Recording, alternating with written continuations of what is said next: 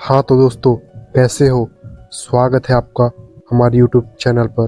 तो दोस्तों, आज की इस वीडियो में हम महाराणा प्रताप का पूरा कहानी सुनाने वाले हैं। तो दोस्तों, बहुत समय पहले की बात है। राजस्थान के मेवाड़ राज्य में एक महान राजा का जन्म हुआ जिसका नाम महाराणा प्रताप था। उनका जन्म 9 मई 1540 को महाराणा उदय सिंह और माता जयवंताबाई के घर कुंभगढ़ में हुआ। महाराणा प्रताप का जीवन संघर्ष, साहस और देशभक्ति से भरा हुआ था, जिसने उन्हें भारतीय इतिहास के महानतम योद्धाओं में से एक बना दिया। महाराणा प्रताप बचपन से ही साहसी और वीर थे। उनकी माता जयवंताबाई ने उन्हें धर्म, साहस और न्याय का महत्व सिखाया।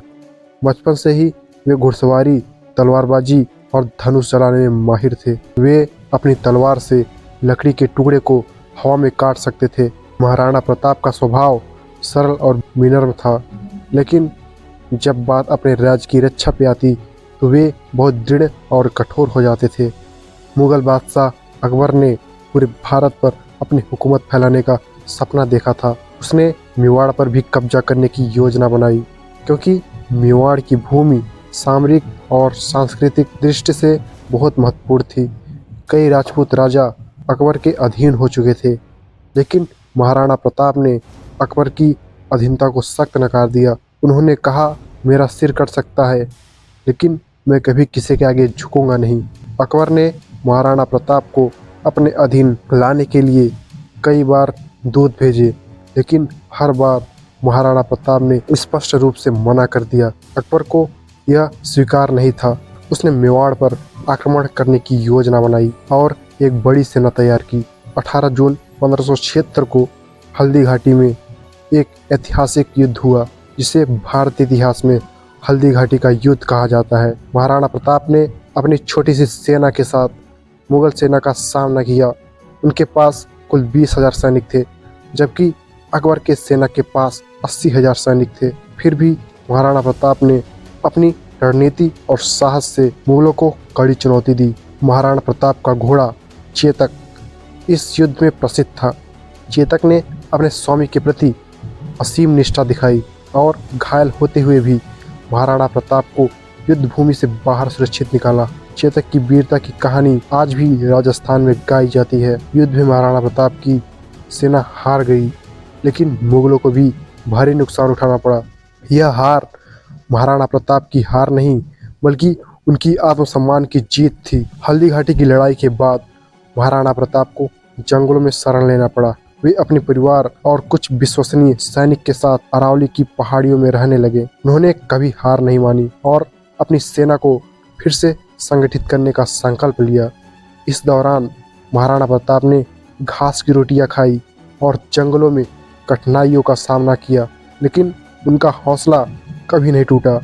उनकी पत्नी और बच्चे भी उनके साथ एक कठिन जीवन में सहभागी बने। कहते हैं, एक बार उनके बेटे ने भूख से व्याकुल होकर उनसे खाने की मांग की। महाराणा प्रताप ने अपनी बेबसी में आकाश की ओर देखा और प्रतिज्ञा की कि जब तक वे मेवाड़ को स्वतंत्र नहीं करा देते, तब तक वो आराम नहीं करेंगे। उनके संघर्ष और त्याग ने उन्हें अपने राज्य में ही नहीं, बल्कि पूरे भारत में एक महान योद्धा और देशभक्त के रूप में प्रसिद्ध कर दिया। महाराणा प्रताप का जीवन लगातार संघर्ष और युद्ध से भरा रहा, लेकिन वे कभी भी हार मानने वाले में से नहीं थे।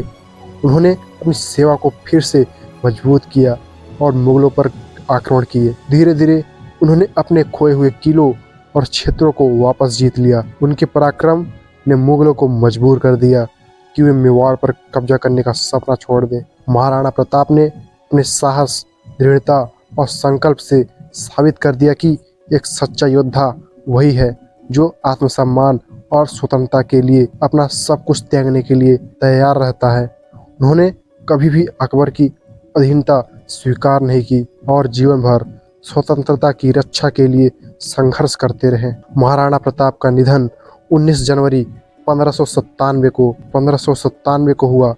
वे घायल थे और अपने शरीर की सीमाओं से पार हो चुके थे, लेकिन उनकी आत्मा आज भी राजस्थान की हवाओं में बहती है।